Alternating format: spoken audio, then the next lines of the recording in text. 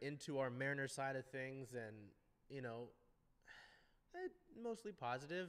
I mean, just with some injury news that we've got to go over here. I know last week was largely dominated by the Matt Brash news. We're getting Tommy John surgery last Wednesday, well, the Wednesday before last, and then they're currently on a really tough 10-game road trip. So we'll get into it here with the series against the Royals to wrap up a 6-game homestand beginning on May 13th versus Kansas City, a 6-2 victory. As starting pitcher and our player of the game, George Kirby, was excellent. 7 innings pitched, only 3 hits allowed, all of them singles scattered throughout the game. No runs against, no walks, and 6 strikeouts as Kirby returned to the form that we're used to from George there. And nice to get the offense. The 6 runs will help you win just about any game, and especially considering this pitching staff that the Mariners have in the rotation, it's hard to beat that. I also want to shout out, you're seeing the photo of the game here by Blake Dolan. Blake works as a team photographer with Ballard FC, who Circling Seattle Sports stuff does cover, and has joined us for a few games here and there. So shout out to Blake, who did a great job. I think I'll include one of the Kirby photos with the graphic that they've got in the background when George pitches in there as well. So May 14th, Game 2 of the series versus the Royals, a 2-4 loss. This one was a tough one. Starting pitcher Logan Gilbert was really strong through 6 innings, got into some trouble in the 7th, and the Royals made him pay. The Royals are an aggressive team at the plate. They like to swing the bat. They are not going to be afraid to make contact. And they were able to do so on a pitch that kind of got away from Logan. It wasn't really a bad pitch per se, but it was one that it wasn't in the location that he wanted it to be, and the Royals made him pay. Our Mariners lose 2-4, 2 runs coming from solo homers, one of them coming from our player of the game in this one, designated hitter Mitch Hamaker. Mitch, despite the rest of the Mariners offense struggling largely outside of Luke Raley, who got the other solo homer, Mitch had 3 hits, 1 run, and 1 RBI in this game to go along with 1 walk. So on base 4 times on this one, and one of his 3 hits was that solo homer to cut into the Kansas City lead late into this game, but it wasn't enough as the rest of the offense wasn't able to pick things up. And it sent us into a rubber match on Wednesday to close out this series and 6-game homestand. The Mariners would win that rubber match by a score of 4-2 on May 15th, as our player of the game, right fielder Luke Raley, recorded 2 hits and 1 run. Luke was big in this one. Not only the 2 hits and the 1 run, but he got into third base on what would have been a force out. The Mariners had the bases loaded early. Luis Urias hits a tough bouncer right at former Mariner Adam Frazier at third base. Yes, he's playing third base. Frazier's played all over for the Royals this year. He actually robbed a homer in right field for them earlier this season. That was kind of impressive. It is pretty impressive, not kind of. But Raley's speed was able to help him beat out the force out at third, which would have ended things there. Instead, he beats it out. It's a big play. Raley's speed, his constant effort to get better, and some other things that we'll talk about in a bit just make him such a valuable player to this team at this current moment and should make him valuable throughout the course of the season. So the Mariners win that one. It's a winning homestand. They win that series there. I believe it's 8 series wins out of the last 9 attempts. They get a day off in Baltimore, and then they begin a tough 10-game road trip. I believe it's at some point it was announced, it was read during the Royal Series, the Mariners have 30 games in 31 days, so there's not going to be a lot of time for them to get a break. They begin a 10-game road trip, a 3-city road trip with 3 games against the Baltimore Orioles, one of the best teams in the American League. May 17th at the Orioles, a 2-9. Did I say Royals? I meant Orioles. May 17th at the Orioles, a 2-9 loss. Our player of the game, shortstop Dylan Moore. Moore, 2 hits, 2 runs, 1 RBI in this one, a double and a solo homer there. So Dylan Moore continues to do well. He's in the leadoff spot in this game. This was a tough one. Baltimore really got after Bryce Miller. They're a team that can hit the fastball really well. They're a young team that's not so young anymore. They've got a lot of talented hitters in this lineup. As I said, they're one of the best teams in the American League. And they got after Bryce Miller early. He ended up allowing 5, but he held it to 5 for a long time. The Mariners made it 2-5 later into the game. The offense, though, couldn't close the gap with those 3 runs, and the Orioles were able to add on late to get this game out of reach. May 18th in Game 2 of the series against the Orioles, the Mariners win that one 4-3. Our player of the game, once again, Dylan Moore, 2 hits, 1 run, 1 RBI, had a double in this one as the Mariners made a comeback effort. They were down 2 runs early. They were able to get 4 runs in the later innings of the game. Gunnar Henderson does hit a home run late to bring them within a run, but Andres Munoz does move around that and locks things down to get the Mariners the win in this one. And it's a nice comeback effort. Demo was part of that. He with that double, he's got 8 extra base hits over the last 11 games as he's played, which is pretty impressive. Nice to see him swinging the bat well. Him at shortstop has just been such a valuable asset to this team as J.P. Crawford has been out of the lineup dealing with that oblique injury. So that set up the rubber match. May 19th at the Orioles. They would lose this one 3-6. Our player of the game, third baseman Luis Urias. Urias 2 hits, 1 run, and 2 RBIs in this one. Kind of another similar situation. The Mariners fall behind. They do kind of climb back into it, but ultimately Baltimore pulls away, and Seattle loses this series, just the second series loss in their last 9 attempts. So we'll go straight into it with Player of the Week. I kind of teased it a bit, but Luke Raley has been very impressive for this Mariners ball club over the past 7 games and really the last few weeks.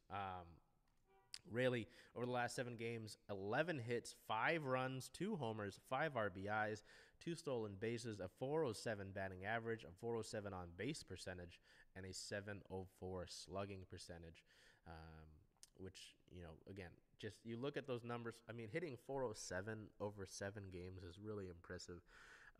Raley's been getting consistent playing time, and some that stood out during the last homestand. In one of the post-game pressers, Scott Service said that this is the hardest working club that he's ever managed, and he said that Luke Raley's at the top of that list with how hard he works. So just tells you more about Raley, and we've seen more from him, whether it's running things down, playing the outfield. He got to start at first base over the past week, hitting the ball a lot better lately, so very impressive to see there from Luke.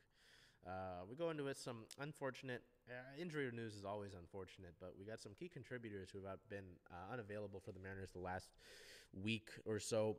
On May 14th, Mitch Garver was pulled from the lineup just ahead of game time. Garver is dealing with spasms in his upper back and trap area, which is different from when he was experiencing back spasms earlier in the season. He has not been in the lineup since. Wait, no, he has. Pretty sure he has. I'll double check that just in case because I don't want to give you false information. Yeah, that was on the 14th, and nope, he was in the lineup for the Baltimore series. Okay, he's back. But something to note, of course, because Garver does have quite a laundry list of injuries that he's suffered throughout the course of his career. On May 16th, J.P. Crawford was expected to fly to Baltimore to join the Mariners that day, but he did not. His hand was still sore and a little swollen after getting hit by a pitch. They weren't certain when he would join the team. He did get hit with a pitch on the hand in Tacoma the night before the 16th in the second game of his rehab assignment. So he was feeling good outside of that. There was nothing that was holding him back in Tacoma, but then he got hit in the hand, which was unfortunate.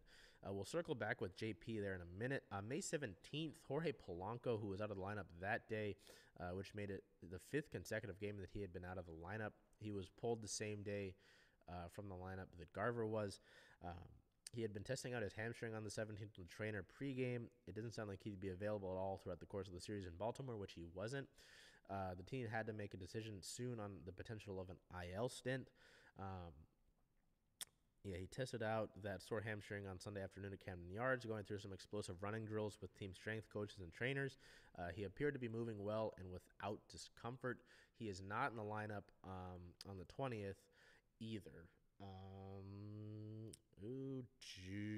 wow. Okay, we've got some other notes. We'll finish it out here. Also on the 17th, the rookie outfielder Jonathan Clase flew to Baltimore and joined the team ahead of Sunday's series finale against the Orioles.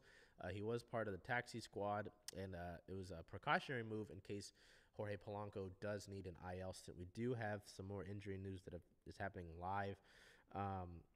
Here on the 20th, J.P. Crawford did join the Mariners on the 19th in New York after they came up from Baltimore to finish their series. He's going to do a pregame workout. He did tell the Mariners he was ready to go today, but it's likely that they're waiting to see him go through a workout and then put him in the lineup tomorrow. Also, in injury-related news, this past weekend, Sam Haggerty tore his Achilles over the weekend with AAA Tacoma and is out for the season, which is quite unfortunate. He had to play in the outfield. He fell up against the wall. Not fell up. He ran into the wall And so the Mariners will be without Sam Haggerty for the rest of the year, which is very unfortunate there. I'll have to keep into it because we've got other team news. May 13th, the team traded reliever Tyson Miller to the Chicago Cubs for minor league infielder Jake Slaughter. Miller had been designated for assignment as a move to get Bryant Wu back on the 40-man roster, and so instead of him getting outrighted or making it through waivers, he gets traded to the Cubs. The Mariners receive infielder Jake Slaughter, who's a 27-year-old. Slaughter is batting .297 with 17 runs, 6 doubles, 5 homers, 17 RBIs, 15 walks, and 10 stolen bases, getting on base at a .392 percentage, slugging .486 with an .878 OPS in 32 games with AAA Iowa this season. The infielder started games at first base, second base, and third base for the Cubs' AAA affiliate. He was selected by the Cubs in the 18th round of the 2018 MLB first-year player draft out of LSU, where he played for the Tigers for 2 seasons.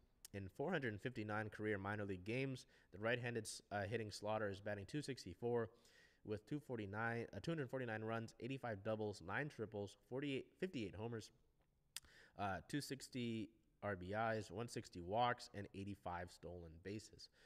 In addition to receiving Slaughter in that trade, the Mariners also received cash considerations. The Cubs received relief pitcher Tyson Miller. I was really excited for Miller coming out of camp. He did pretty well, 309 average against 12-1 strikeout to walk ratio and 11.2 innings pitched. So just tough. That's how it goes.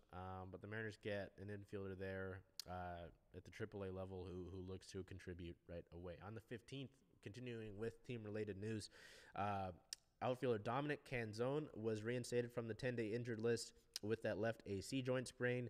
He had been getting in rehab games with the Rainiers, and he joined the team on the 15th and has been in the lineup relatively regularly since then.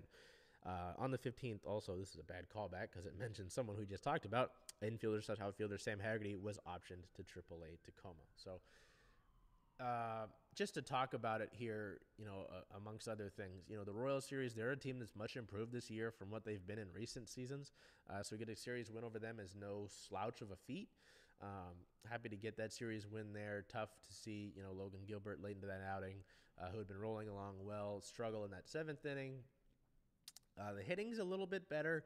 You face the Orioles, though, again, one of the best teams in the American League. Their pitching's been solid.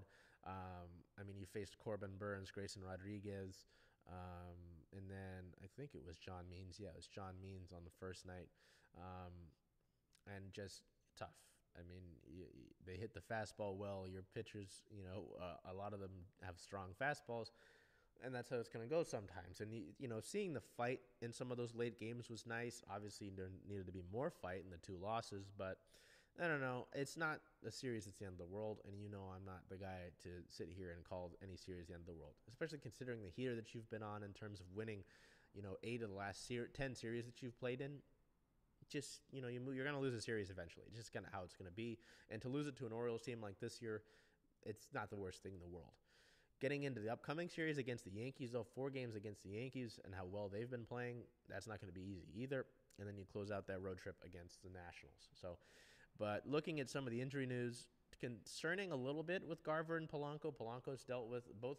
Garver and Polanco are guys who have had tough injury histories to an extent.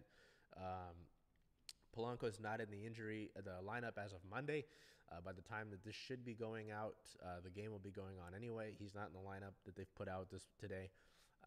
And Crawford, I understand them wanting to not have him just jump into it immediately and have him go through the pregame workout. So I imagine, knock on wood here, we'll get JP in the lineup for game 2 of that series tomorrow on Tuesday.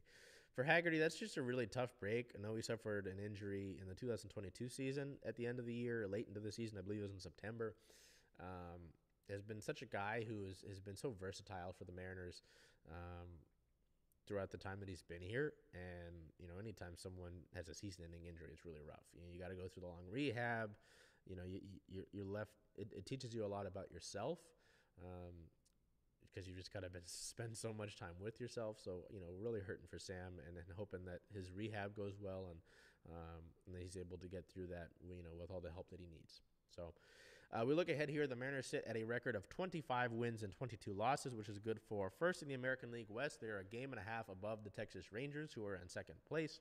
As I mentioned, looking ahead here, a 4-game set against the New York Yankees. 3 of those games, May 20th, 21st, and 22nd, are 4:05 p.m. Pacific time first pitch times. May 23rd at the Yankees is a 9:35 a.m. first pitch time, as the Mariners will get out of New York and head back down the coast to Washington, D.C., where they'll play the Nationals for 3 games on the weekend. May 24th against Washington is a 3:45 p.m. first pitch. May 25th against the Nationals is a 1:05 p.m. first pitch. And May 26th at the Nationals is a 10:35 a.m. first pitch. We go over here. Hey, Charles. Hey, Jen. Hey, how about those M's? Oh, I'm excited. I know. Where are you going to watch all those away games, though? Away games? Huh. I was thinking of coming here since, after all, Rough and Tumble is the home of Circling Seattle Sports. I love that idea. Hope to see y'all here.